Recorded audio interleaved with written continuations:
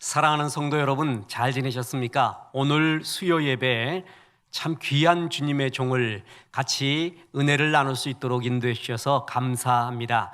일찍이 삼국 통일을 이룬 김유신의 이름과 똑같은 김유신 선교사님 오늘 오셔서 하나님의 말씀 또 이 시대를 향한 선교의 주님의 마음을 같이 나누게 됩니다.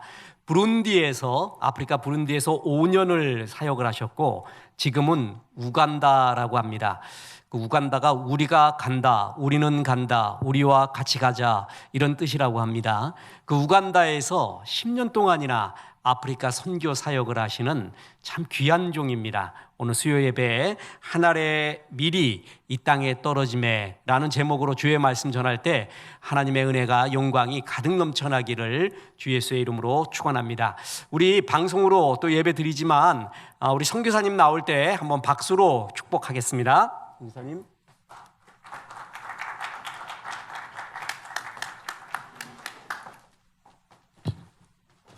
할렐루야. 네, 우리가 간다 우간다 김유신 선교사입니다.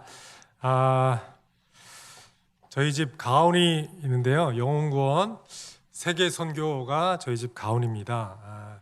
제가 이제 15년 동안 아프리카 선교를 하고 그리고 성경을 많이 읽으면서 하나님이 이 땅에서 가장 기뻐하신 일이 무엇일까 생각해 봤을 때 영혼 구원 세계 선교가 아닐까라는 생각을 해보았습니다. 그리고 이 땅에 예수님이 오셨는데 그 예수님이 이 땅에 오신 이유도 영혼 구원 세계 선교가 아닐까 생각해 봅니다. 그리고 예수님이 부활승천하시고 성령님께서 이 땅 가운데 또 오셨는데 그 성령님이 오신 이유도 이 영혼 구원 세계 선교 때문에 오지 않았나 생각이 듭니다. 그래서 저는 이 사명 감당하기 위해서 지금 우간다에서 사역을 하고 있습니다. 근데 그냥 우간다가 아니라 아까 목사님이 소개시켜 주신 것처럼 우리가 간다 우간다. 한번 따라해 보겠습니다. 우리가 간다 우간다. 네, 아멘. 네, 여러분의 믿음의 고백처럼 우리가 간다 우간다가 되기를 예수님의 이름으로 축원합니다. 네. 아까 목사님 소개시켜 준 것처럼 제 이름은 김유신이고요. 한 번 들으면 잊지 않으시더라고요. 그래서 김유신 장군이 우리가 간다 우간다를 영혼구원 세계 선교를 위해서 떠나고 사역하고 있고요. 제가 사역을 돌아보니까 부룬디에서 5년, 우간다에서 10년 이렇게 사역을 했더라고요. 2006년도에 부룬디에 처음 이제 저희 두 아이를 데리고 저렇게 갔습니다. 첫째가 5살이었고요. 둘째가 13개월. 되었을 때인데 하나님께서 그 부르심을 따라서 이제 부룬디에 갔었고요. 그 다음에 이제 2011년도에 안식년을 마치고 우간다에 갔을 때 처음 모습입니다. 제가 저 때 아마 잠깐 교회 들려서 사역복을 하고 아마 우간다로 갔던 기억이 납니다. 최근 사진을 보시면 저렇게 작았던 아이들이 주님의 은혜 가운데 저렇게 무럭무럭 잘 자란 모습을 볼 수가 있습니다. 저희는 그대로인데 아이들만 많이 컸죠. 시간이 참 많이 지나갔습니다. 이 15년 사역하면서 하나님 주셨던 아까 말씀이 오늘 주제 말씀이기도 하고요. 그리고 이제 부룬디에서 이제 5년 사역을 하고 우간다에서 10년을 사역했는데 제가 안식년을 10년 만에 이제 나오게 되었습니다. 원래 작년이 안식년이었는데 코로나 때문에 공항이 이제 막혀 폐쇄가 되면서 안식년이 이제 1년 미뤄지게 되었습니다. 안식년을 준비하면서 하나님 앞에 기도하는 마음이 있었습니다. 하나님, 제가 이 우간다에서도 하나님께서 저를 통해 참 많은 사역을 해주셨는데 한국에 가면 하나님께서 저에게 어떤 사역을 맡겨주실지 또 어떤 안식을 주실지 참 기대하는 마음이 있어서 말씀을 읽으면서 이제 기도하는 시간을 가졌습니다.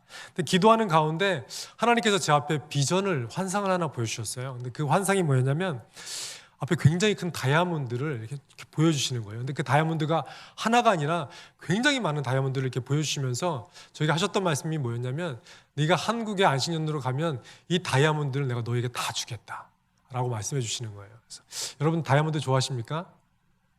별로 안 좋아하시나요?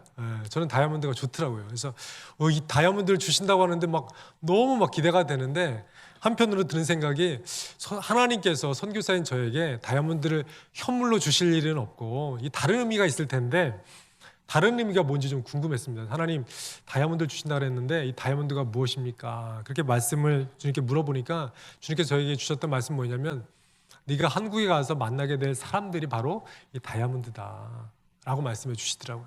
그리고 나서 한국에 와서 보니까 정말 하나님께서 은혜를 많이 주셔가지고 많은 귀한 분들을 만나게 해주셨어요. 그래서 이게 한 분 한 분, 또 이 자리에 오신 한 분 한 분이 제 눈에는 다이아몬드로 보입니다. 우리가 예수 그리스도 안에 있다면 내가 스스로 느끼기에는 그냥 못난 돌멩이처럼 보일지 모르지만 예수 그리스도 안에 있다면, 여러분 안에 예수 그리스도가 있다면 하나님께서 여러분을 다이아몬드로 보신다는 것입니다. 믿으십니까? 우리 옆 사람한테 인사할까요? 당신은 예수 그리스도 안에서 다이아몬드입니다. 혹시 혼자 방송을 보고 계신 분은 나는 예수 그리스도 안에서 아름다운 보석입니다. 이렇게 한번 스스로 한번 고백해 보세요. 나는 그리스도 안에서 아름다운 보석입니다. 이제 이 비전을 보여주시고 이제 한국에 왔는데, 한국에 와서 혹시 물 좀 하나 이렇게 주시겠습니까? 한국에 와서 이제 소그룹 모임이 있어서 모임을 하는 시간이 있어서 모임에 갔습니다. 근데 이제 여러분들 다 아시다시피 이제 코로나 시기다 보니까 학생들도 그렇고 또 이제 직장인들도 그렇고 굉장히 어렵게 많이 계시더라고요. 근데 이제 한 사람씩 돌아가면서 본인이 지냈던 이야기들을 이렇게 나누는 시간들을 가졌습니다. 근데 한 사람씩 나누는데 코로나 때문에 사업이 어렵고, 또 코로나 때문에 대학 생활이 어렵고, 코로나 때문에 등록금이 없어서 아르바이트하고, 각자 한 사람씩 이렇게 눈물을 흘리면서 이게 어려웠던 이야기들을 하는데 참 듣는 제가 가슴이 아프더라고요. 그래서 코로나 때문에 정말 많은 분들이 고통 가운데 있구나. 그런데 갑자기 아까 부른 우간다에서 기도할 때 보여주셨던 그런 비슷한 환상이 또 제 눈에 보이기 시작하는 거예요. 뭐였냐면 이 한 분 한 분이 어려운, 본인이 코로나 때문에 어려웠던 이야기들을 쭉 나누고 있는데 하나님이 그 한 사람을 다이아몬드로 보여주시더라고요. 다이아몬드로 보여주실 뿐만 아니라 이분들이 어려운 이야기를 나누기 시작하는데 하나님의 손이 나타나서 이분들이 그 어렵던 그 시절에 하나님께서 이분들 한 사람을 다듬기 시작하시는 거예요. 그리고 제 안에 깨달음을 주신 게 뭐였냐면 내가 이들을 어려움을 통해서 원석 같은 그 사람들을 다이아몬드로 만들고 있다. 다이아몬드로 작업하고 있다. 이런 마음을 주시더라고요. 우리가 피부로 느끼기에는 힘들고 어려운 일일지 모르지만 바로 그 시간이 하나님이 우리를 하나님의 사람으로, 예수 그리스도의 형상으로, 하나님의 형상으로 빚어가는 시간이었구나 라는 깨달음을 주시더라고요.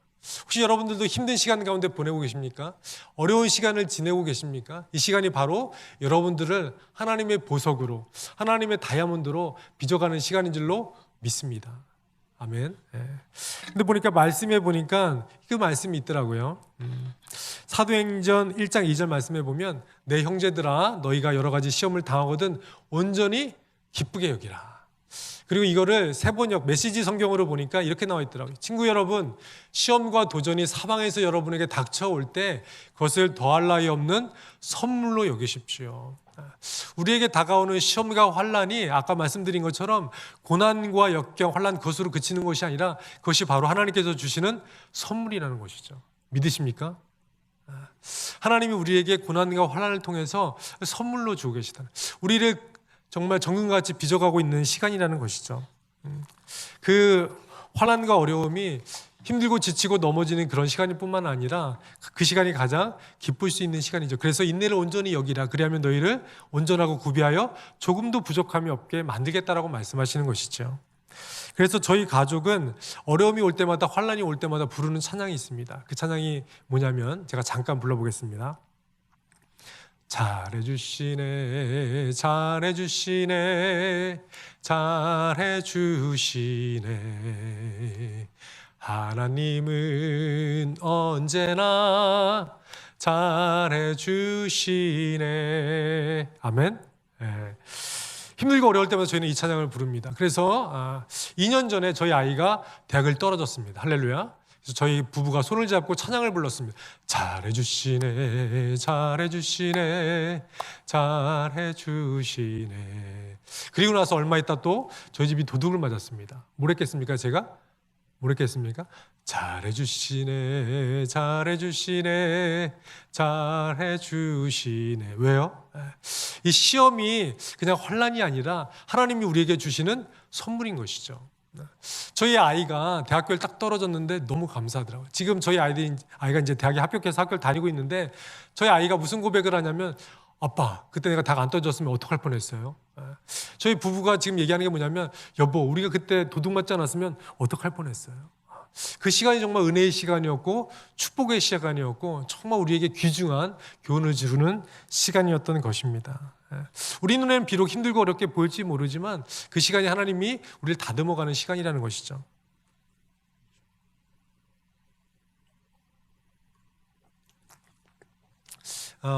우간다에서 이제 사역을 하고 있는데 케냐에서 저희 둘째 아이가 이제 선교사 자녀학교에서 이제 공부를 하고 있는데 케냐에서 있는 저희 아이한테 전화가 왔습니다. 그래서 막 이제 자기 이제 사정을 쭉 얘기해 주는데 그 아이가 이제 저희를 이제 잊지 않고 기억하고 이제 안부 전화를 해준 게 너무 고마워가지고 기특해서 이제 또 저희 부부가 전화기 대고 이제 찬양을 불러서 잘해주시네, 잘해주시네, 잘해주시네. 얼마나 하나님께서 우리를 가정을 잘해주세요. 근데 저희 그 찬양을 듣고 있는 저희 둘째 아이는 갑자기 막 심각해지기 시작하더니 갑자기 이제 찬양을 다 마치니까 갑자기 전화에다 대고 아빠, 우리 또 도둑 맞았어요. 항상 도둑 맞을 때마다 저희가 그 찬양을 불렀더니 저희 아이는 이제 이 찬양을 부르면 뭔가 우리 집에 좀 안 좋은 일이 일어났을 때 그런 느낌을 받는 거죠. 그래서 제가 성결아, 꼭 도둑 맞아야지만 하나님이 잘해주시는 게 아니라 도둑을 안 맞아도 잘해주시는 거고 도둑을 맞아도 잘해주시는 거고 대학을 붙어도 잘해주시는 거고 대학을 떨어져도 잘해주시는 거고 항상 하나님은 우리를 잘해주시는 거야. 이렇게 말했던 기억이 나요. 얼마 전에 카카오페이 이제 그런 게 있더라고요. 한국에 와서 보니까 어떤 아는 자매님이 카카오페이로 3만 원을 보내주셨어요. 보통 이제 선교원금을 보내면 그 후원 계좌로 보내지 카카오페이로 안 보내잖아요. 그래서 궁금해가지고 카톡으로 제가 그 자매한테 여쭤봤어요. 아니 갑자기 왜 카카오페이로 3만 원을 보내셨어요? 그랬더니 이 자매가 답글로 뭐라고 썼냐면 인터뷰 불합격 감사원금 드렸습니다. 뭐라고요? 인터뷰 합격? 인터뷰 불합격 감사원금 드렸습니다. 제가 답글로 또 보내드렸죠. 그래서 주님이 참 잘해주셨네요. 할렐루야. 그랬더니 그 자매가 또 답글이 왔습니다. 지금 잘해주시네 찬양 부르고 있었습니다. 근데 제가 그 자매의 그 고백을 듣는데 제 마음이 참 기쁘더라고요. 인터뷰 불합격 감사원금입니다. 그 자매가 이제 굉장히 유명한 좋은 회사를 다니고 있었는데 갑자기 이제 회사가 뭐 몸이 안 좋아서 쉬고 있다 다시 이제 회사를 지원하고 있는데 자꾸 안 되는 거예요. 근데 이제 이 찬양을 가르쳐 주고 이제 저희가 있었던 이야기들을 해주면서 이 자매가 그 깨달음이 있었던 거예요. 그래서 그 고백하는 거죠. 인터뷰를 불합격했는데 너무 감사한 거죠. 주님이 그 순간에도 잘해주시고 있는 것을 믿는 것이죠. 아멘. 제가 그걸 보면서 믿음의 사람이라면 이 정도 고백을 하면 하나님이 얼마나 기뻐하실까. 이 코로나 때문에 어렵다고 힘들다고 다들 원망, 불평, 비판, 정죄하고 있을 때 주님께서 잘해주시는 거야. 잘해주시네, 잘해주시네, 잘해주시네. 오직 의인은 믿음으로 말미암아 살리라. 예수 그리스도의 사람들은 환경과 주변을 보는 것이 아니라 사람을 보는 것이 아니라 하나님을 바라보면서 믿음으로 사는 사람이 그리스도인인 줄로 믿습니다. 아멘. 그래서 저는 이 찬양을 너무 좋아하고요. 저희 집에 어려울 때마다 이 고백을 참 많이 하는데 하나님 정말 너무 기뻐하시더라고요.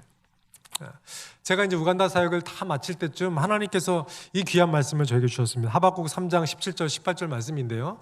다 같이 한번 읽어볼까요? 시작.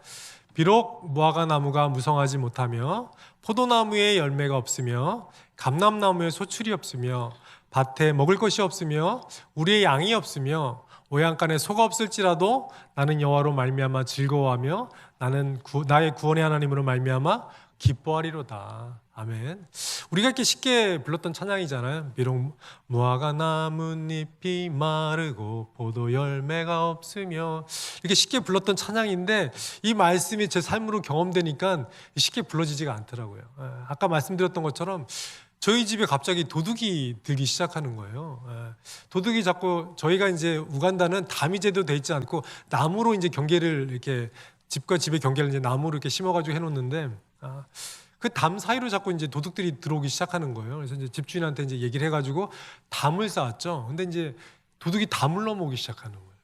그 담을 넘어오니까 이제 담에다 철조망을 설치했죠. 그랬더니 철조망을 끊고 도둑들이 넘어오더라고요. 그래서 이제 주변에 있는 선교사님들이 개를 키워보라고. 개를 키우면 도둑들이 안 될 거라고 해서 개를 키웠죠. 근데 도둑이 들었는데 개가 짖지를 않더라고요.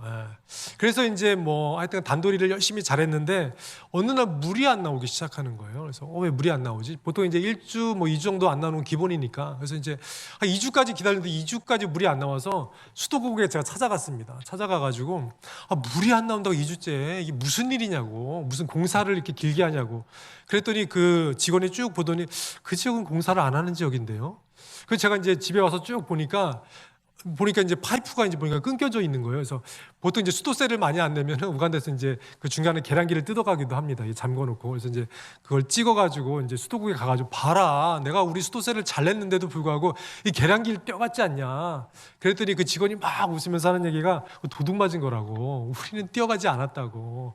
그러는 거예요. 그래서 제가 야, 집안을 잘 단도리를 했더니 집 밖에서 그 일이 일어나는데 감당이 안 되더라고요. 그래서 제가 그때 하나님 깨닫게 해주신 건 뭐냐면 이게 지금 사람의 일이 아니라 하나님의 무슨 영적인 일이 일어나고 있구나, 이런 깨달음이 오기 시작했어요. 그래서 어느 날 이제 사역을 다녀왔더니 사역을 이제 멀리 이제 떠나고 있었는데 제가 훈련시켰던 목사님한테 전화가 온 거예요. 아까 얘기한 것처럼 저희 이제 도둑들이 참 많이 드는데, 예를 들어서 교회에 이제 이렇게 유리가 있으면 커튼을 이렇게 쳐놓잖아요. 근데 제가 이제 훈련시키는 목사님 교회 이제 방문해가지고 이야기를 하고 있는데 창문이 깨져 있는 거예요. 그래서 목사님 왜 창문이 깨져 있죠? 그랬더니 창문을 깨고 커튼을 뜯어갔다는 거예요, 밖에서. 그렇게 이제 우간다에 좀도둑들이 참 많이 있는데, 근데 제가 이제 케냐에서 이제 사역 준비를 하고 있는데 이제 우간다에 있는 목사님한테 전화가 왔어요. 전화가 와가지고 선교사님 어떡합니까?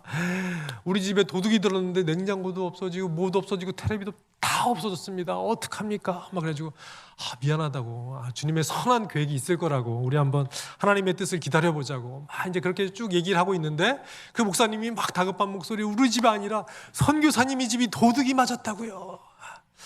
제가 뭐 했겠습니까? 그 얘기를 듣자마자 제 아내랑 이제 같이 손을 잡고 잘해주시네, 처음에 이렇게 안 나오더라고요. 그래서 뒷목을 잡고 잘해주시네, 잘해주시네, 이 찬양을 불렀습니다. 근데 이제 급히 이제 일을 마치고 이제 뭐 하루 이틀 걸려서 집에 돌아왔더니 이 도둑이 지붕을 뚫고서, 기와장을 뚫고서 들어와가지고 집안에 있는 물건들을 막 훔쳐갔더라고요. 그래서 이제 음식을 해 먹으려고 가스를 켜는데 가스가 안 들어와요. 그래서 자세히 보니까 가스통을 가져갔더라고요, 그분들이. 뭐 가스통도 없고, 또 이제 뭐 이제 사역에 필요한 가방을 이제 챙기는데 가방도 없고, 뭐 이것저것이 이제 없어졌더라고요.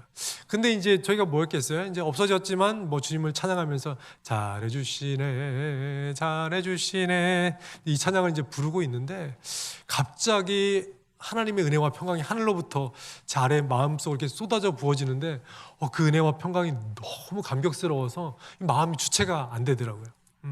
그때 하나님께서 제 마음속에 주셨던 말씀이 뭐였냐면, 땅의 것이 없어지면 없어질수록 내가 하늘의 것으로 너를 채우겠다. 할렐루야. 땅의 것이 없어지면 없어질수록 하늘의 것으로 내가 너를 채우겠다. 그때 그 은혜와 평강이 얼마나 큰지 제가 그런 고백을 했습니다. 주님, 정말 은혜와 평강, 하나님 주신 은혜가 이렇게 커진다면 더 없어도 됩니다. 더 가져가도 됩니다. 이런 고백을 제가 하고 말았습니다. 근데 우리 하나님은 또 다 듣고 기억하시잖아요. 자꾸 이제 저희가 도둑을 맞다 보니까 중요한 물건들은 집에다 놓고 다니면 안 되겠다라는 생각이 들어가지고, 빔 프로젝트며 노트북이며 이동식 카드며 뭐 현금이며 이런 것들이 이제 저희가 차에다 싣고 다니기 시작했습니다. 그때도 이제 저희가 우간다에 이제 쭉 사역을 마치고 이제 돌아오는 길에 배가 고파가지고 잠깐 이제 식당에 들어가서 밥을 먹고 나왔는데, 차 키에다가 이제 키를 집어넣으려고 했는데 키가 차에 안 들어가는 거예요. 그래서 왜 안 들어가지? 근데 이제 문을 여는데 문이 열리는 거예요. 분명히 잠그고 갔는데 제 아내가 저한테 혹시 문 안 잠그고 들어갔어요? 그래서 그럴 리가 없어요. 내가 문 잠그고 들어갔다고. 근데 문이, 키가 안 들어가고 문은 열려 있고. 그럼 뭘 해야 되죠? 트렁크로 빨리 가서 이제 트렁크를 탁 열어서 확인하는 순간, 할렐루야, 뒤에 있는 짐들이 다 없어졌어요. 그 안에 빔 프로젝트며 노트북이며, 심지어 제가 부룬디부터 우간다까지 사역했던 모든 사역 자료며 PPT며, 심지어는 아이들 어렸을 때부터 찍었던 사진이 들어있는 이동식 카드며 다 없어진 거예요. 사실 이제 집안에 있는 물건들은 뭐 없어지면 다시 사면 되잖아요. 근데 그 이동식 카드며 노트북이며 빔 프로젝트는 당장 살 수 있는 게 아니었거든요. 정말 그때는 마음이 너무 아파가지고 그냥 찬양이 안 나오더라고요. 가슴에다 손을 얹으면서 뭐 했겠습니까? 찬양을 불렀죠. 잘해주시네, 잘해주시네, 잘해주시네. 하나님은 언제나 잘해주시네. 믿으십니까? 언제나 잘해주신 하나님을 여러분 믿으십니까? 아멘. 그래서 제가 이제 원래 돌아오자마자 이제 목회자 훈련이 원래 계획되어 있었는데 뭐 교재도 없어지고 뭐 노트북도 없고 빔 프로젝트도 없고 뭐 다 없어지니까 사역을 할 수 없잖아요. 그래서 이제 목사님들에게 이제 문자를 보냈습니다. 제가 길에서 도둑을 만나가지고 우리 세미나를 못 하게 됐습니다. 당분간 연기해야 될 것 같습니다. 기도해 주십시오. 그리고 나서 이제 집에 돌아와서 할 게 없잖아요. 뭐 다 잃어버렸으니까. 집에 와서 말씀 읽기 시작했습니다. 일주일 동안 창세기부터 계시록까지 말씀 일주일 동안 열심히 읽었습니다. 일주일 동안 말씀을 딱 읽고 나니까 요한계시록을 딱 덮고 나니까 그때 하나님이 주셨던 말씀이 바로 이 말씀이었습니다. 미록 무화과 나무가 무성하지 못하며 포도나무에 열매가 없으며 감람나무에 소출이 없으며 밭에 먹을 것이 없으며 우리의 양이 없으며 외양간에 소가 없을지라도 나는 여호와로 말미암아 즐거워하며 나의 구원의 하나님을 말미암아 기뻐하리로다. 하나님이 그 말씀을 주시더라고요. 노트북이 없을지라도, 빔 프로젝트가 없을지라도, 옷이 없을지라도, 돈이 없을지라도, 중요한 모든 자료가 없을지라도 여호와로 말미암아 즐거워하며 너의 구원의 하나님을 말미암아 기뻐할 수 있냐? 라고 물어보시더라고요. 아멘. 할렐루야. 주님 할 수 있습니다. 주님 함께 하시면 할 수 있습니다. 저는 그전까지는 선교사니까 하나님의 일을 한 줄 알았었어요. 하나님을 의지해서 한 줄 알았었어요. 근데 그 모든 걸 잃어버리고 나서 깨닫게 되니까 하나님의 나라를 위해서 일한다고 생각했지만 저의 일을 열심히 하고 있었구나. 하나님의 일인 줄 알았는데 내 일을 열심히 하고 있었고 하나님의 능력을 힘입어서 한 줄 알았는데 보니까 내 지식과 제 능력과 제 경험을 가지고 사역했다는 것을 하나님이 깨닫게 해주시더라고요. 그리고 나서 하나님이 제로 베이스에서 이제 처음부터 주님을 의지해서 다시 사역을 시작하게 되었던 것이죠. 근데 더 놀라운 것은 뭐냐면 그렇게 사역하면서부터 목회자들이 달라지기 시작했어요. 제가 훈련시켰던 목사님들이 제가 아무리 성경적인 지식을 가르쳐주고 말씀을 가르쳐줘도 삶이 변하지가 않는 거예요. 주님이 잘해주신다고 God is good all the time 이렇게 말해도 뭐 선교사는 차도 있고 뭐 월세를 내겠지만 뭐 집도 있고 뭐 컴퓨터도 있고 뭐 좋은 거 다 있네. 그러니까 저렇게 말할 수 있지. 그런데 저희 집이 도둑을 맞아도 저희 아이가 대학을 떨어져도 저희가 뭐 빔 프로젝트며 모든 걸 다 잃어버려도 주님이 잘해주신다고 고백하니까 처음에 이 아프리카 목사님들이 저 선교사가 자꾸 도둑 맞더니 미쳤구나 이렇게 생각하기 시작하는 거예요. 근데 제 고백이 달라지지 않는 모습을 보면서 저 선교사에게 뭐가 있네 하면서 제가 가르쳤던 것들을 이제는 삶에 적용하기 시작하는. 어떤 목사님들이 와가지고 이제 목회자들 회의를 하면은 그런 얘기들 해요. 기도 제목 쭉 나눈다 보면 등록금이 없습니다. 먹을 것이 없습니다. 돈이 없어가지고 너무 힘듭니다. 이런 고백들을 하면 제가 처음 계기를 들 때 저도 너무 가슴이 아팠어요. 왜냐하면 그 많은 목사님들 제가 다 도와드릴 수가 없잖아요. 이 목사님들 도와드리고 싶은데 어떻게 하지? 이런 고민이 제 안에 있었어요. 근데 하나님의 진리의 말씀을 깨닫고 나서 보니까 이게 쉽더라고요. 답이. 먹을 게 없으세요? 굶으시면 되죠. 우리에게 먹을 것이 없으면 하나님이 우리에게 금식하라고 주신 기회입니다.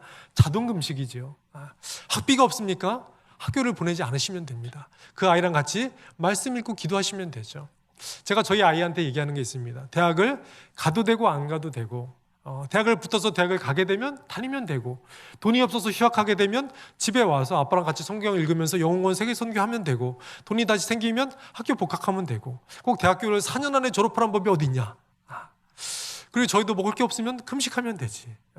그렇지 않아도 한국에 저희가 처음에 도착했는데 자가격리 14일을 해야 되는 거예요. 그래서 자가격리 장소로 갔는데 저희가 이제 우간다에서 정보로 듣기로는 자가격리하는 동안 정부에서 먹을 것을 다 준다고 들었었거든요. 그래서 주변에서 자가격리하는데 뭐 필요한 거 없냐. 그래서 제가 필요한 거 없습니다. 나라에서 다 뭐 음식 박스 이렇게 14일 동안 먹을 거 다 준다고 들었습니다. 그리고 이제 자가격리 장소로 이제 저희가 딱 도착을 해서 들어갔죠. 돌아갔는데 정부에서 동사무소에서 아무 소식이 없는 거예요. 그래서 저희가 전화번호를 찾아가지고 요즘은 이제 주민센터라 그러나요? 주민센터에 전화해가지고 저희가 아프리카에서 우간다에서 귀국해가지고 여기 지금 머물고 있습니다.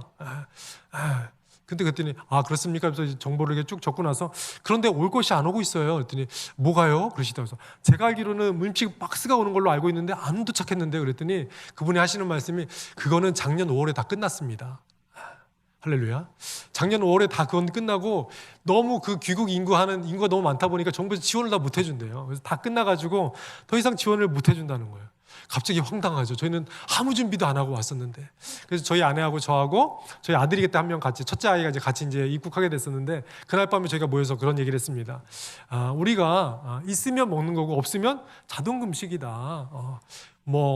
작정하고 40일 금식도 하는데 뭐 14일이면 뭐 주님이 잘해주시겠지라는 생각으로 이제 금식을 시작을 했습니다. 할렐루야.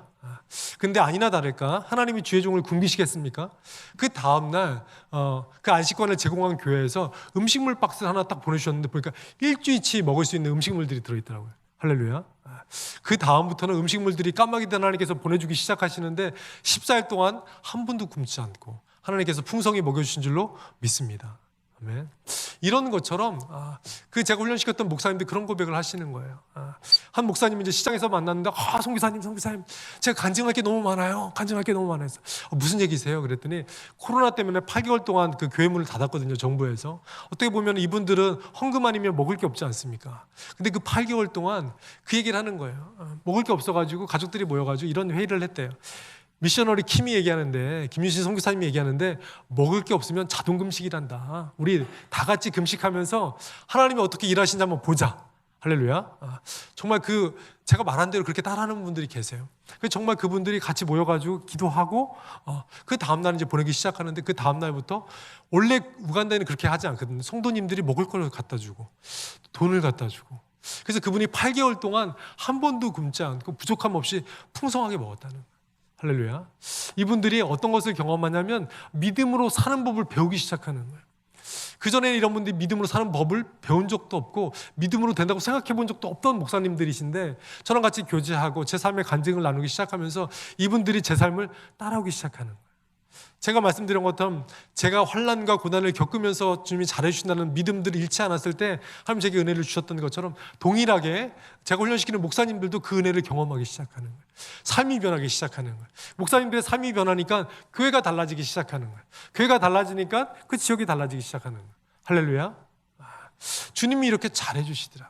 그 전까지는 제 힘으로 써서 열심히 노력을 해도 그렇게 달라지다는 목사님들의 삶이 주의 은혜가 임하고 주의 말씀이 임하니까 그분의 삶이 변하기 시작하더라고요. 할렐루야. 제 힘과 능력으로 할 때는 그렇게 변하지 않던 목사님들이 주의 은혜와 능력으로 주님께서 주시는 지혜로 그 일들을 감당하기 시작하니까 하나님이 제 사역을 변화시켜주기 시작하셨다는 것입니다. 할렐루야. 아멘.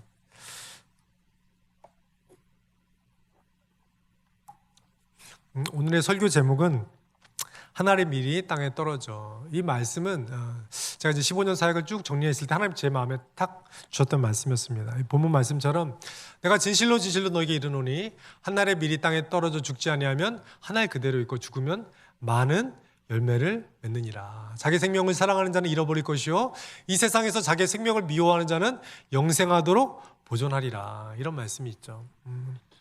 한날의 밀이 땅에 떨어져 죽지 아니하면 한날 그대로 있고 죽으면 많은 열매를 맺느니라. 이 말씀을 묵상하는데 제가 우간다에서 경험했던 사건이 하나 생각이 나더라고요. 그게 뭐냐면 우간다에서 너무 나물이 먹고 싶었습니다.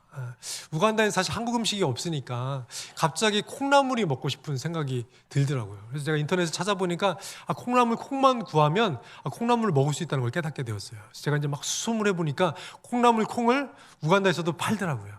그래서 제가 그 콩나물이 먹고 싶어서 콩을 시장에서 사다가 이제 막 깨끗이 씻어가지고 하루 동안 물에 불려가지고 콩나물을 키우기 시작했습니다. 근데 이제 하루 이틀 3일 이제 물을 주니까 콩나물이 잘 자라기 시작하더라고요. 쭉 이렇게 자라는데 한 5일, 6일, 7일 정도 지나니까 이제 무성하게 자라가지고 먹을 수 있게 되더라고요. 그래서 이제 콩나물을 쫙 이제 걷어내고 보니까 다 자란 줄 알았더니 보니까 아래 깔려 있는 콩들이 있더라고요. 그러면서 이 말씀이 생각이 났습니다. 한날의 밀이 땅에 떨어져 죽지 아니하면 한날 그대로 있고 죽으면 많은 열매를 맺느라. 그 죽은 콩나물 콩들은 쫙 자라가지고 아름다운 콩나물이 됐는데 죽지 않고 밑바닥에 깔려 있는 콩들이 있더라고요. 한날의 콩나물 콩이 땅에 떨어져 죽지 아니하면 한날 그대로 있고 그 밑에 있는 것들이 있는데 그냥 저는 한날 그대로 있는 줄 알았는데 청소하려고 밑에 만져보니까 한날 그대로 있는 것이 아니라 뭉개져가지고 죽어 있더라고요. 이해가 되세요? 하늘의 밀이 썩어져 땅에 떨어져 죽으면 많은 열매를 맺지만 죽지 아니하면 그냥 그대로 있는 게 아니라 썩어 문드러져서 쓸모없는 콩이 되는 것들을 제가 알게 되는 것이죠. 그때 하나님이 제 마음에 주시는 말씀이 뭐였냐면 죽을래? 썩을래? 여러분들 예수 그리스도 안에서 죽기를 원하십니까? 그 썩지 않는 콩나물처럼 썩어 없어지는 인생이 되기를 원하십니까? 그리고 제 마음 가운데 교훈을 주시더라고요. 하나님 그대로 있는 것은 하나님 그대로 있는 것이 아니라 썩어서 없어지는 것이다. 제가 한국교회 와서 보니까 정말 주님 안에서 정말 하나님의 미리 죽은 것처럼 자기가 있는 직장에서, 학교에서, 가정에서 이 죽는 콩나물 콩처럼 죽은 하나님의 밀처럼 정말 아름다운 열매를 맺는 분이 있는가 하면 정말 여전히 변하지 않는 모습으로. 근데 스스로는 그대로 있다고 생각할지 모르지만 그대로 있는 것이 아니라 썩고 있다는 것이죠. 쓸모없는 콩으로 썩고 있다는 것을 하나님께서 깨닫게 해주시더라고요. 그렇다면 이 콩나물 콩이 죽는 것이, 하나님의 밀이 땅에 떨어져 죽는 것이 쉬울까요? 제 인생을 좀 돌아보게 되었습니다. 지금 안 올려주셔도 돼요, PPT. 제 인생을 돌아보니까 하나님께서 저를 선교사로 고등학교 때 부르셨습니다. 근데 사실 제 마음 가운데 제가 경험했던 선교사님들의 모습은 이런 모습이었어요. 중국 선교사님 생각하면 정말 이렇게 오래된 올드 패션의 옷을 입고 와가지고 불쌍한 모습으로 교회에서 사역보고 하는 모습. 아프리카에서 오신 선교사님들의 모습 기억하면 말라리아에 풍토병에 걸려가지고 막 힘들게 선교하시는 모습. 이런 모습을 제가 보면서 나는 좀 선교사가 되더라도 저런 선교사 말고 자비랑 선교사가 돼야지. 제가 일반 대학교에 가서 자비랑 선교사가 되겠다는, 텐트 메이커가 되겠다는, 전문의 선교사가 되겠다는 꿈을 가지고 대학교에 들어갔습니다. 그래서 이제 대학교 친구들하고 같이 비전 미팅이라는 모임을 가지고서 선교 모임을 갖기도 했습니다. 그래서 단기 선교도 다녀오고요. 그리고 대학교 4학년 때는 전문의 선교사 훈련원이라는 곳에서 한 학기 동안 훈련도 받았습니다. 훈련을 받고 나서 맨 마지막에 이제 6개월 동안 훈련하고 나서 맨 마지막에 이제 인터뷰하는 시간이 있지 않습니까? 그래서 이제 인터뷰를 한 사람씩 하는데 어떤 분이 이제 영어를 잘하니까 영어를 잘하시니까 저기 남미 지역에 가서 영어를 가르치면서 선교 사역을 하시면 될 것 같습니다. 이렇게 얘기를 해주시고, 어떤 분 태권도를 이렇게 하시는 분이었는데 선교사님은 몽골에 가서 선교를 하시면 좋을 것 같습니다. 저는 이제 그때 조경학과였는데 그 인터뷰하시는 분이 이렇게 유심히 보시더니 조경학과. 형제님은 조경학과로 선교하기는 어려우시고 신학을 하셔야 될 것 같습니다. 그 얘기를 해주시더라고요. 그러면 처음부터 얘기를 해주셔야지. 지금 훈련을 다 마쳤는데, 전문의 선교사 훈련 6개월 다 마쳤는데 그제서야 이걸로는 선교를 하실 수 없으니까 신학교를 가야 됩니다 라고 얘기해 주는데 좀 화가 나더라고요. 근데 그때부터 제가 이제 기도를 하기만 하면 하나님께서 제 마음 가운데 신학교 가야 되지 않겠냐, 신학교 가야 되지 않겠냐, 이런 마음을 계속 주시기 시작하는 거예요. 근데 대학교 4학년 때 제가 이제 선교단체에 있었는데, 그 선교단체 그 전에도 없었던데 그때 갑자기 이 말씀 뽑기라는 시간이 있었어요. 여름 수련회 때. 그래서 제가 제 차례가 돼서 이제 말씀을 딱 뽑았는데, 그때 제가 뽑았던 말씀이 마가복음 16장 15절, 너희는 온 천하에 다니며 만민에게 복음을 전파하라. 이 말씀을 딱 뽑는 순간 제 몸에 전율이 울리면서 하나님 정말 나를 선교사로 부르시고 계시구나. 그래서 제가 무릎을 꿇고 주님, 제가 선교사가 되겠습니다, 이렇게 결단했던 시간이 되었던 것 같습니다. 그럼에도 불구하고 바로 선교지로 나가게 되지 않더라고요. 제 마음 가운데 또 군대 가서 이제 군 생활을 하고 제대할쯤 되니까 제 마음 가운데 또 타협하는 마음이 생기더라고요. 그치, 내가 보내는 선교사를 하면 되지, 굳이 내가 선교사로 나가야 되나, 이런 생각이 있는데 친구에게 연락이 왔어요. 저희 단체에서 아프리카로 단기 선교를 가는데 네 생각이 났다. 네가 이 단기 선교 참여하면 좋겠다. 그래서 제가 아프리카 부룬디라는 곳으로 이제 단기 선교를 떠나게 되었습니다. 그때 이제 저희는 케냐하고 이제 부룬디 두 지역을 가게 되었었는데, 그때 제 마음속에 딱 기억에 남는 두 장면이 있습니다. 뭐였냐면 저희가 이제 아프리카에서 이제 케냐에 먼저 도착해서 막 이제 아이들이랑 축구도 하고 이제 놀아주는데, 그 아이들이랑 놀다가 마치고 나서 숙소로 이렇게 돌아오는데 그 석양이 너무너무 멋있는 거예요.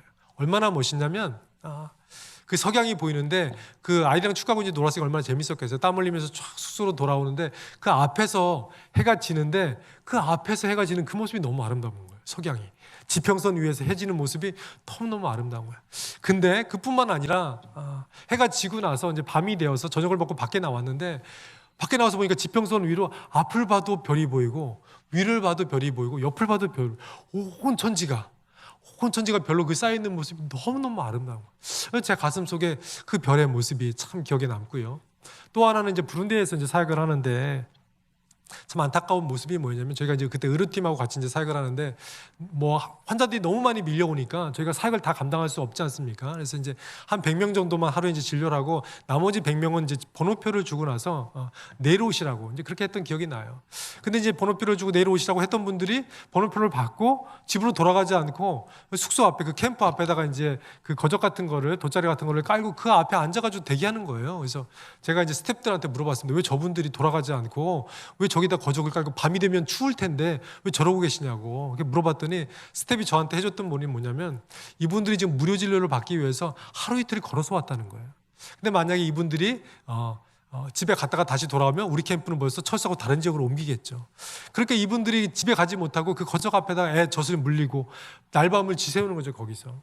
근데 저희가 그때 진료했던 주로 이제 약들이 뭐냐면 항생제, 말라리아 약, 진통제 아주 굉장히 단순한 약들이었어요. 근데 그 약을 살 돈이 없어가지고 집에서 끙끙 앓다가 무료 캠프가 의료 캠프가 있다니까 그 소식을 듣고 하루 이틀 걸어서 거기까지 오시는 것이죠. 제가 그 얘기를 듣고 너무 가슴이 아프더라고요. 아 정말 아프리카 현실이 이런 거였구나. 그리고 나서 캠프를 다 마치고 나서 돌아가는 비행기에서 이제 기도하는데 하나님께서 제 안에 두 가지 말씀을 해주셨습니다. 그 두 가지가 뭐냐면 첫 번째는 본자에게 책임이 있다. 뭐라고요? 본자에게 책임이 있다. 근데 제가 그때 담당이 뭐였냐면 카메라 팀 담당이었습니다. 사진, 비디오, 영상 이런 것을 찍고 편집해서 다시 만들고 그 사역을 제가 했었거든요. 그러니까 하나님이 잘 보라고 저한테 그 일을 맡기신 것 같아요. 그래서 본자에게 뭐가 있다? 책임이 있다. 두 번째 주셨던 말씀 뭐냐면 네가 다시 아프리카로 돌아와서 이 영혼들을 섬기게 될 것이다. 그 두 가지 말씀을 제 안에 주셨습니다. 그래서 비행기에서 내리자마자 신대원을 준비해서 신학대학교에 입학을 했습니다. 이제 입학을 하고 나서 이제 5년이 지나서 하나님께서 이제 선교지로 가라는 마음을 주셔서 선교사로 이제 나가게 됐죠. 나가려고 하니까 저가 혼자 갔다 올 때 아무 이상이 없었는데 이제 아내와 두 아이를 데리고 나가려고 하니까 가슴이 떨리기 시작하는 거예요. 내가 잘할 수 있을까? 내가 감당할 수 있을까? 많은 분들이 아이가 너무 어려서 풍토병에 걸리면 위험하다. 그리고 후원자가 있어야 된다. 파송교회가 있어야 된다. 그런 거 없이 개인 후원자로 갔다가는 1년도 안 돼서 돌아오게 될 것이다. 이런 얘기들을 많이 해주는데 염려가 생기기 시작하는 거예요. 그때 기도하는데 하나님께서 제게 주셨던 말씀이 있습니다. 그 말씀이 뭐냐면 이 말씀이었습니다. 내가 내게 명한 것이 아니냐. 강하고 담대하라. 두려워하지 말면 놀라지 말라. 내가 어디로 가든지 내 하나님 여호와가 너와 함께 하시느니라. 아멘. 아마 이게 저한테 주신 말씀뿐만 아니라 여러분에게도 주신 말씀이라는 생각이 듭니다. 코로나 시국에 어려운 시국에 내가 내게 명하는 것이 아니냐. 강하고 담대하라. 두려워하지 말면 놀라지 말라. 내가 어디로 가든지 내 하나님 여호와가 너와 함께 하느니라. 이 말씀과 더불어 주신 말씀이 뭐였냐면 선교를 네가 하냐 내가 하지. 이 말씀이었어요. 저는 선교를 제가 하는 줄 알았거든요. 제가 열심히 하면 되는 줄 알았어요. 근데 하나님이 주셨던 말씀 뭐냐면 선교를 네가 하냐? 내가 하지. 저는 순종만 하면 되는 것이죠. 이 연말 되면 교회에서 이제 직분들을 맡기고 교사들, 담당자들을 짜죠. 근데 많은 분들이 목사님 저는 할 수가 없어요. 목사님 저는 너무 연약해서 할 수가 없어요. 저는 경험이 없어서 할 수가 없어요. 교만한 거죠. 하나님께서 아마 동일하게 우리에게 그런 말씀을 주시지 않을까 생각이 듭니다. 봉사를, 교사를 네가 하냐? 내가 하지. 우리의 힘으로 하는 것이 아니라 하나님이 주시는 능력으로, 하나님이 주시는 힘으로 감당하는 것이 주의 일인 줄로 믿습니다. 근데 많은 분들이 자신이 하려고 그래요. 자기 능력으로 하려고 그래요. 그러다 보니까 지치고 고나고 탈진하고 많은 선교사님들이 번아웃 됐다. 내가 탈진했다. 이런 얘기를 하는데 우리가 주님을 의지해서 한다면 주님이 공급해 주시는 힘으로 한다면 능히 감당할 줄로 믿습니다. 아멘. 많은 분들이 그래요. 자녀 교육도 네가 하냐? 내가 하지. 사역도 네가 하냐? 내가 하지. 오직 성령이 너에게 임하시면 너희가 권능을 받고 예루살렘과 온 유대와 사마리아 땅까지 이르러 내 증인이 되리라. 오직 성령이 너에게 임하시면 권능을 받고 주의 성령이 임하시면 자녀 교육도 사역도 선교도 능히 감당할 줄로 믿습니다. 왜냐하면 우리가 하는 것이 아니라 하나님이 하길 원하시는 것이죠. 우리는 순종만 하면 된 줄로 믿습니다. 그래서 제가 우간다에 처음 갔을 때 가기 전에 부룬디에서 한 텀을 하고 우간다 가기 전에 이제 우간다 가기 전에 이제 기도해야 되는 목록들이 몇 가지 있잖아요. 우간다 가게 되면 하나님, 제가 사역을 해야 되는데 사역을 잘 열어주십시오. 그리고 제가 이제 군대 사역하다 보니까 차가 굉장히 중요하더라고요. 그래서 하나님 좋은 차를, 적합한 차를 주십시오. 그리고 아이들 이제 학교 보내야 되니까 하나님 아이들 보낼 수 있는 학교 주십시오. 이렇게 이제 막 기도하는데 하나님이 제 마음 가운데 그런 거 기도하지 마라. 너는 먼저 그의 나라와 그의 의를 구하라.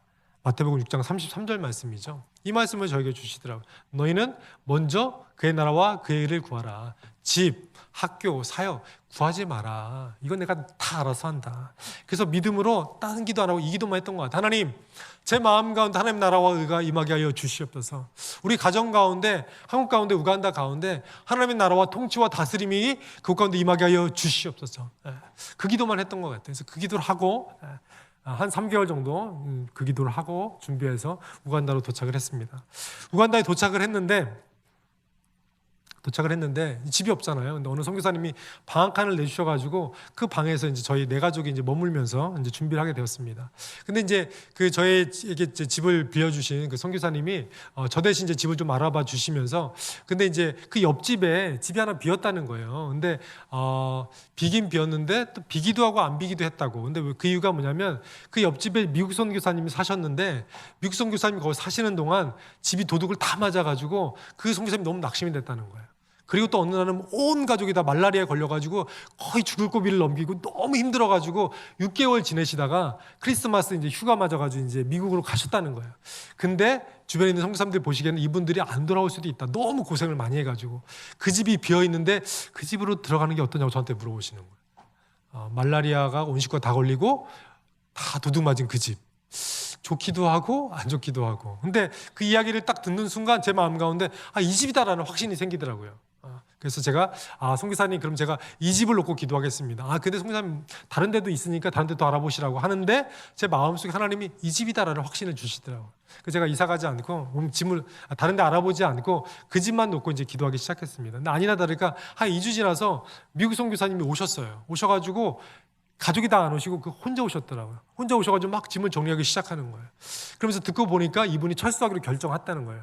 그래서 제가 이제 그 미국 선교사님 만나가지고 우리가 여기 들어오길 원한다. 그랬더니 그 선교사님이 하시는 말씀이 우리가 1년 그 집세를 다 냈는데 6개월을 우리가 살았으니까 6개월 집세를 자기한테 내면 6개월 사셔도 된다고. 이제 그 얘기를 하시더라고요. 그래서 그럼 우리가 6개월치 내고 살겠다고. 그 얘기를 하는데 이분이 또 하시는 말씀이 뭐였냐면 우리가 근데 너무 바빠가지고 짐을 다 정리를 못하니까 죄송하다고 좀 다 치우지 못한 걸 좀 대신 치우시고 정리하시면 좋겠다고. 이제 그 얘기를 괜찮다고 우리가 살면서 정리하면 된다고. 그래서 이제 미국 선교사님이 급하게 이제 중요한 것만 처분하고서 이제 떠나셨어요. 그래서 이제 키를 받고 이사 가려고 문을 탁 열었는데 할렐루야. 그 집에 침대며 그릇이며 가구며 다 놓고 가신 거예요. 할렐루야. 저는 주님이 말씀해 주셔서 먼저 그의 나라와 그의 의를 구하라. 그리하면 이 모든 것을 너희에게 더하시리라. 근데 저는 그 뒷구절을 안 보고 먼저 그의 나라와 그의 의를 구하라. 이 말씀만 붙잡고 기도했어요. 근데 보니까 그 뒷구절이 있더라고요. 그리하면 뭐라고요? 이 모든 것을 너희에게 더하시리라. 할렐루야. 우리가 땅의 것만 구하면 땅의 것을 받아 누리지만 먼저 그의 나라와 그의 의를 구하면 하늘의 것뿐만 아니라 이 땅의 것은 보너스로 우리에게 주신 줄로 믿습니다. 아멘. 그래서 제 아내는 막 설거지하면서 은혜를 받는 거예요. 그분들이 트리오며 퐁퐁이며 수세미며 심지어는 저희 아이가 아들이 둘이었잖아요. 그 집도 아들이 둘이었는지 아이들 구두며 양복이며 옷까지 다 놓고 가신 거예요. 할렐루야. 그래서 먼저 그의 나라와 그의 의를 구하면 하나님 나머지를 다 책임져 주시는 거죠. 심지어 저희가 이사고 나니까 아이들 학교가 걸어서 5분 거리에 있는 거예요. 그러니까 제가 차를 가지고 가더라도 아내가 아이들을 학교까지 데려다 줄 수 있는 가까운 거리에 학교도 있고 차도 하나님의 은혜로 한 번에 좋은 차를 구해가지고 그 차를 한 번도 바꾸지 않고 지금까지 우간다에서 쓰다가 안식년을 나올 수 있었습니다. 할렐루야. 그래서 먼저 그의 나라와 그의 의를 구하면 나머지는 하나님께서 우리 인생을 책임져 주신 줄로 믿습니다. 이제 제 얘기뿐만 아니라 이제 좀 사역 얘기를 하고 마무리 짓기 원하는데 저는 우간다에서 이제 목회자 훈련을 합니다. 사진 보여주시겠어요? 첫 번째 졸업식 사진인데요. 저 목사님들이 저 지역에는 목회자 훈련을 할 수 있는 신학교도 없고요. 뭐 바이블 스쿨도 없고요. 아무것도 없었어요. 그래서 근데 이분들은 다 목사님들이세요. 근데 목사님들이 신학 공부를 하신 목사님들이 한 분도 안 계세요.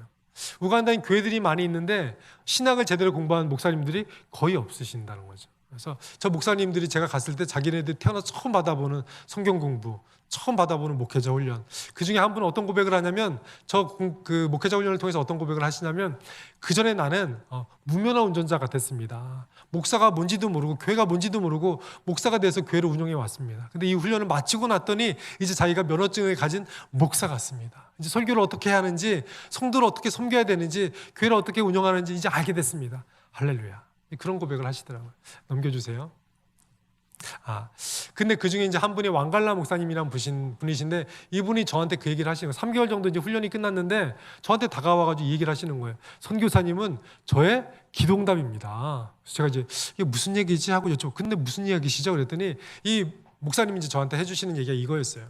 이분은 원래 목사님이 아니라 그냥 평범한 교회 집사님이셨어요. 근데 그 마사카에 있는 저희 사는 지역의 수도국 국장이셨어요. 굉장히 엘리트죠. 대학교도 나오신 분입니다. 근데 이분은 그냥 교회 집사님이셨어요. 근데 이 집사님이 출석하는 교회 목사님이 갑자기 병에 걸려서 돌아가시게 된 거예요. 근데 이 목사님이 돌아가시면서 왕갈라 자네가 목사해. 그러고 돌아가신 거예요. 할렐루야. 그러니까 그날부터 이분이 갑자기 집사였는데 목사가 되신 거예요. 얼마나 황당하시겠어요. 너무 두렵고 떨리시는 거예요. 설교를 해야 되는데 한 번도 해본 적이 없는데 설교를 해야 되고 성도들을 돌봐야 되고 너무 당황스러운 거죠. 그래서 그때부터 이분이 기도하기 시작했습니다. 하나님, 저에게 선생님을 보내주십시오. 하나님, 저를 목사로 세우셨다면 저를 가르쳐줄 수 있는, 제가 목회를 잘할 수 있는 선생님을 보내주십시오. 그렇게 5년을 기도했는데 누군가가 짠 나타났습니다. 그 누군가가 누굴까요? 김유신 선교사죠. 제가 짠 나타난 거죠. 저분이 그 고백을 해주시더라고요. 제가 5년 동안 기도한 기도의 열매가, 기도의 응답이 바로 선교사님입니다. 저분이 얘기한 것처럼 제가 목회가 뭔지도 모르고 이렇게 해왔는데 이제는 목회가 뭔지, 설교를 어떻게 해야 되는지 알게 됐습니다. 할렐루야. 저런 고백을 해주시더라고요. 제가 이렇게 안식년을 나올 수 있는, 1년 동안 이렇게 안식년을 나올 수 있는 이유는 뭐냐면, 제가 저렇게 가르쳤던 목사님들이 지금은 리더가 되고 목회자가 돼서 저분들이 다른 목사님들 훈련하고 계세요. 할렐루야. 그러니까 제가 1년 동안 이렇게 비워도, 제가 10년 만에 안식년을 나왔던 이유는 뭐냐면, 제가 5년 차에 안식년을 가졌었는데 못 나왔던 이유가 뭐냐면, 제가 훈련시키는 훈련이 다 끝나지가 않았어요. 훈련이 끝나지 않았는데 제가 나올 수가 없잖아요. 그래서 제가 안식년을 못 나왔었는데, 지금 이렇게 안식년을 나오게 됐던 이유는 저분도 이제 성장을 해서 다른 분을 훈련시킬 수 있는 목사님이 되셨어요. 그래서 제가 이렇게 안식년을 나올 수가 있게 되었습니다. 또 다른 지역에서는 목회자뿐만 아니라 이제 교회 리더들을 이제 훈련했는데, 저분들 중에서 3가정이 교회를 개척하게 되었어요. 저분들이 얘기하는 얘기가 뭐냐면, 저희 지역에 성경적인 교회가 없었다는 거예요. 근데 저희가 이렇게 말씀을 통해서 훈련받고 났더니 정말 우간다에 또 우리 지역에 성경적 교회가 필요하다는 것도 깨닫게 됐다는 거예요. 그래서 우리가 교회를 개척하게 됐다는 것입니다. 근데 그 중에 이제 한 분이 이제 말씀해 주시는 거예요. 제라드 목사님인데, 이분은 원래 목사님이 아니시라 클리닉 의사 선생님이셨어요. 근데 성경 공부를 하고 이 목회자 훈련하고 제자 훈련을 하면서 자기가 목사로 부르심을 받게 된 걸 깨닫게 되셨어요. 그래서 이제 교회를 개척한다는 거예요. 근데 이분이 그 사는 지역에 개척을 안 하고 멀리 떨어진 시골에 개척한다는 거예요. 그래서 왜 그 시골까지 가서 교회를 개척하냐 그랬더니, 이분이 저에게 하시는 말씀이 뭐냐면, 선교사님은 한국에서 멀리 떠나서 우간다 마사카까지 오지 않았냐, 그럼 나도 멀리 가서 교회를 개척해야 되지 않냐. 제가 할 말이 없더라고요. 할렐루야. 제가 말씀드린 것처럼 제가 말씀으로 살고 믿음으로 살기 시작했더니 이런 좋은 열매가, 이 좋은 목사님들이 생기기 시작하는 거예요. 저 목사님이 교회를 개척해서 이렇게 사역을 하고 있다는 것이죠. 근데 더 감사한 건 뭐냐면, 저분이 처음에 학교를 빌려서, 돈이 없으니까 학교를 빌려서 이제 교회를 시작했어요. 근데 저분하고 이제 와이프가 영어 선생님인데 너무 사역을 잘하니까 아이들이 막 많아지기 시작했어요. 근데 아이들이 많아지다 보니까 학교 물건 자꾸 부수기 시작하는 거예요. 자꾸 학교 뭐 교실들을 부시고 의자를 망가뜨리고. 그랬더니 그 학교를 빌려주신 교장 선생님이 화가 났어요. 다 나가라고, 나가서 예배드리라고. 근데 갑자기 이제 나 앉아서 어디서 예배드릴 데가 없잖아요. 그래서 이제 저 목사님이 기도하기 시작한 거예요. 저한테도 이제 기도 제목을 내가지고 기도할 수 있는 공간을 달라고 기도해 주십시오. 이제 기도를 하는데, 어떤 무슬림 사람이 와가지고 당신 목사지 않냐고, 내가 창고를 하나 가진 게 있는데 그 창고를 내가 싼 값에 주겠다고. 싼 값이 어느 정도냐면 우리나라 돈으로 한 100만 원. 한 저 지역을 살려면 제가 생각할 때 우리나라 돈으로 한 500만 원에서 700만 원 줘야 되는데, 갑자기 돈이 급하게 필요해가지고 100만 원만 주면 내가 저 건물과 땅을 다 주겠다고. 그래서 팔기도 되는 거예요. 근데 저 목사님이 그 100만 원이 작은 돈이지만 어디 있겠어요. 근데 제 마음 가운데 100만 원이면 큰 돈이 아니니까 제가 한정 목사님한테 부탁해, 목사님 저런 목사님이 있는데 100만 원만 보내주시면 안 보내주시겠습니까? 보내주시겠죠. 근데 저는 물질로 목회자들을 돕는 일을 안 하고 있습니다. 왜냐하면 저렇게 목사가 돼서 훈련을 시작해서 저렇게 교회를 시작했는데 제가 처음부터 도와주면 저분이 스스로 자립하는 능력을, 힘을 잃어버리겠죠. 그래서 제가 도와주지 않고 함께 기도만 했습니다. 근데 저분이 기도하고 많은 분에게 기도하고 합심하고 기도했더니 성도들과 친구들이 돈을 모아서 그 100만 원을 모아서 저 건물과 땅을 사게 되었습니다. 할렐루야. 너무 감사하더라.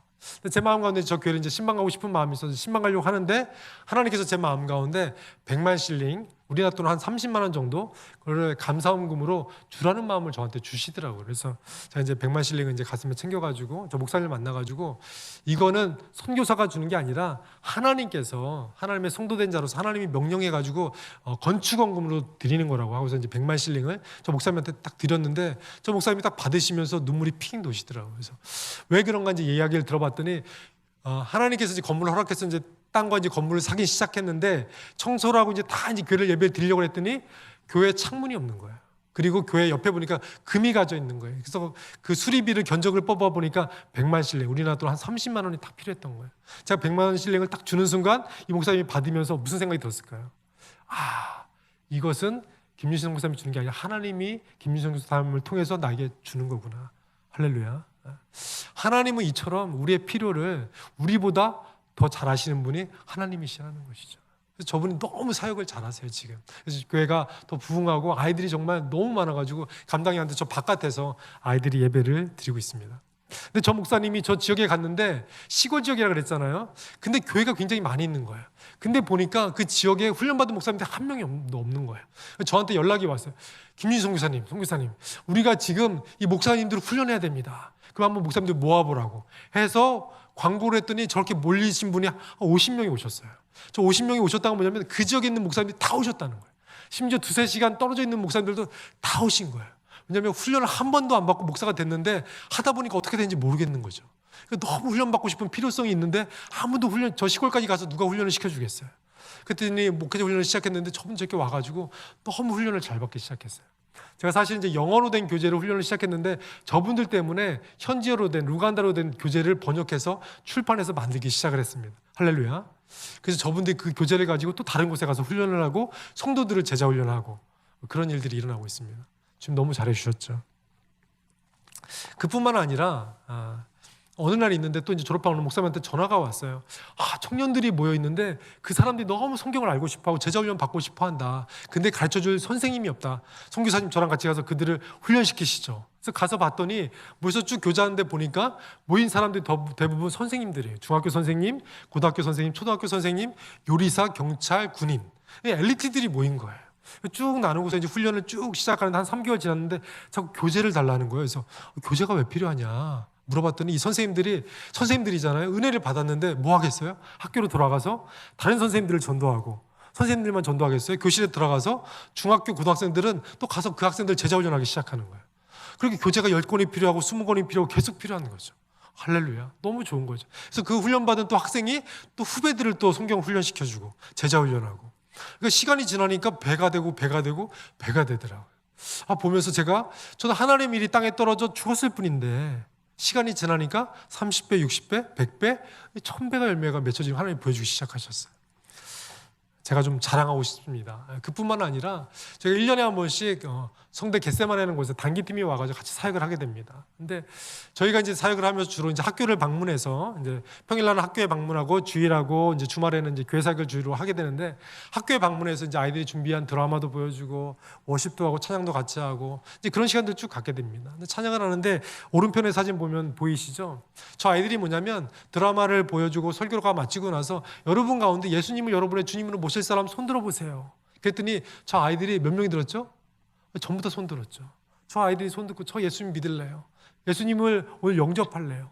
저 아이들이 이렇게 손을 들은 거예요. 저 아이들의 마음이 너무 순수하기 때문에 예수님을 전해주면 그 복음을 그대로 다 받아들이는 것이죠. 그뿐만 아니라 또 다른 학교도 가서 사역하고 다른 학교도 가서 사역하고 저희가 이제 한 2주 동안 새 학교를 방문했는데 제가 학생들 숫자를 다 세보니까 1000명이더라고요. 할렐루야. 그러고 나니까 깨달아지는 것이 있어요. 하나님이 이 땅에 떨어져 죽으면 30배, 60배, 100배가 아니라 1000배 열매를 맺는구나. 근데 그 열매가 그 한 알의 밀알이 땅에 떨어져 죽지 아니하면 한 알 그대로 있을 뿐만 아니라 썩어서 없어지는 존재가 되는 거구나. 사실 저는 대단한 존재가 아니거든요. 저는 평범한 그냥 선교사일 뿐이고 목사일 뿐이죠. 근데 제가 제 삶을 하나님께 드려서 순종했을 때 하나님께서 제 삶 가운데 30배, 60배, 100배, 1000배 열매를 보여주시기 시작하셨다는 것이죠. 제가 좋아하는 말씀이 있습니다. 아마 제가 처음 10년 전에 왔을 때도 이야기를 했던 것 같은데, 그리스도가 있는 가슴마다 선교사이고 그리스도가 없는 가슴마다 선교지이다. 여러분 가슴 속에 그리스도가 있다면 여러분도 선교사인 것이고, 여러분 이웃 가운데, 여러분 자녀 가운데, 여러분 직장 동료 가운데 아직도 예수님을 모르는 사람이 있다면 그분들이 바로 여러분의 선교지인 줄로 믿습니다. 많은 선교 헌신자들이 그래요. 저를 만나면 선교사님 저도 10년 전에 헌신했는데 아직도 못 나가고 있어요. 너무 안타까워요. 나가고 싶은데 준비가 아직 안 됐어요. 뭐를 못해요. 지금도 준비하고 있어요. 이런 얘기하는 분들이 참 많이 계세요. 아닙니다. 그리스도가 있는 가슴마다 선교사이고, 여러분 주변에 그리스도가 없는 가슴이 있다면 그분들이 여러분의 선교지인 줄로 믿습니다. 이 땅에서 전도하지 않은 분이 선교지 가서 선교할 수 있을까요? 아닙니다. 이 땅에서 영혼을 사랑하는 마음이 없는 분이 선교지에 있는 영혼을 사랑할 수 있을까요? 아닌 것이죠. 이 땅에 있는 영혼들을 사랑하고 이 땅에 있는 사람에게 복음을 전하는 그분들이 선교지에 가서도 그 일들을 감당할 수 있는 것이죠. 여러분이 속한 가정, 직장, 학교가 여러분의 선교지인 줄로 믿습니다. 네. 마지막으로 이 말씀을 다시 읽고 마치기 원합니다. 하나님의 밀이 땅에 떨어져 죽지 아니하면 하나의 그대로 있고 죽으면 많은 열매를 맺느니라. 많은 열매는 30배, 60배, 100배, 1000배 열매가 맺혀지는 줄로 믿습니다. 생각해 보십시오. 한 알의 밀알인 이 한 사람이 땅에 떨어져서 죽어도 이 많은 열매가 맺혀지는데, 강남 비전교회, 이 교회가 한 알의 밀알이라고, 제가 요즘 교회 가면 이 교회가 씨앗으로 보여요. 이 큰 씨앗에 얼마나 많은 성도들이 있습니까? 이 큰 씨앗의 이 많은 성도들이 한 사람 한 사람 그 각자 처한 곳에서 죽어진다면 얼마나 많은 열매가 맺혀질까? 그 열매들이 맺혀져서 한국뿐만 아니라 열방으로 흩어진다면 그것이 전도고 그것이 선교가 아닐까라는 생각을 하게 됩니다. 하나님이 그런 환상을 보여주시다.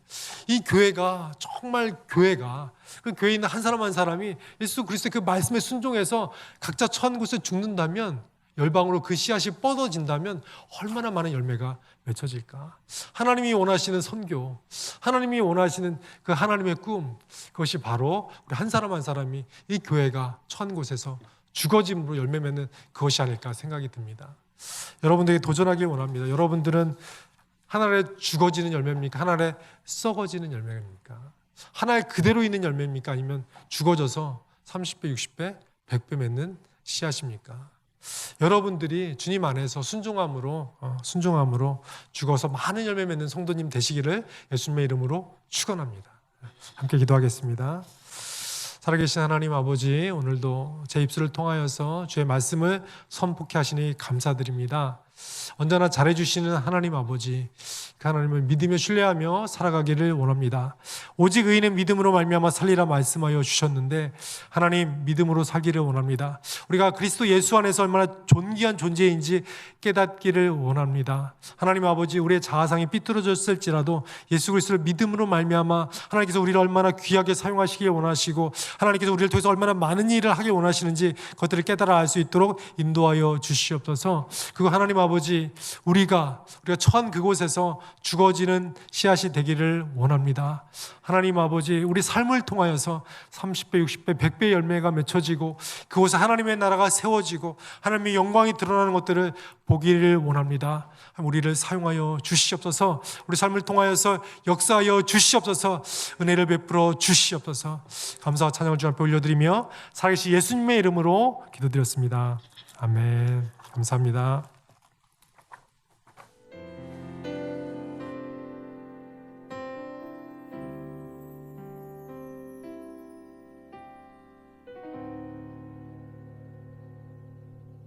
At the throne of our God we gather